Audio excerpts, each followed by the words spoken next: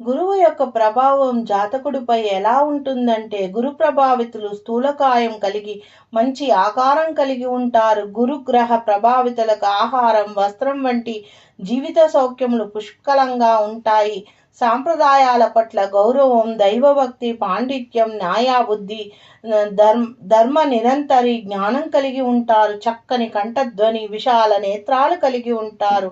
విద్యావంతులై విద్యా సంస్థలతో సంబంధం కలిగి ఉంటారు. న్యాయశాస్త్ర అధ్యయనము, దేవాలయ వ్యవస్థ, విద్య సంబంధిత పదవులలో ఉన్నతంగా రాణిస్తారు. ఇక ద్వాదశంలో గురువులు ఎలా ఉంటారో వివరంగా తెలుసుకుందాం. లగ్నంలో గురువు ఉంటే ఉన్న జాతకుడు అదృష్టవంతుడు, సౌందర్యవంతుడు, నిర్భయుడు, సంతానవంతుడు, చిరంజీవి అవుతాడు. ఇక ద్వితీయ స్థానంలో గురువు ఉన్న జాతకుడు స్వచ్ఛమైన వాక్కులు కలవాడు, భోజన ప్రియుడు, సుందర వదనుడు, ధనవంతుడు, విద్యావంతుడవుతాడు. ఇక తృతీయ స్థానంలో ఉన్న గురువు ఉన్న జాతకుడు కష్టజీవి, అమర్యాదస్తుడు, ఖ్యాతి కలిగి సోదరవర్గం ఉన్నవాడు, పాపకార్యములు చేయువాడు, మాయావి అవుతాడు.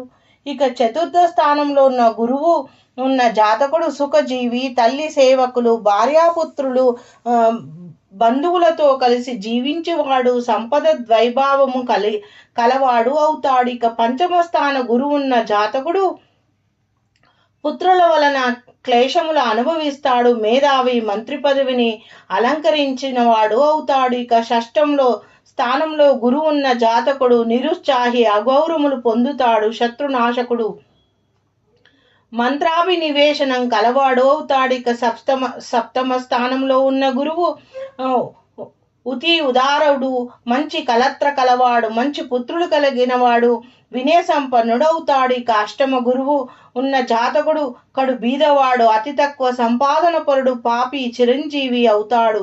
ఇక నవమ స్థాన గురువు ఉన్న జాతకుడు ఖ్యాతి వహించిన మంత్రిగాను, సంతతి కలవాడు, ఐశ్వర్యం కలవాడు, పవిత్ర కార్యములందు అనురక్తుడై ఉంటాడు.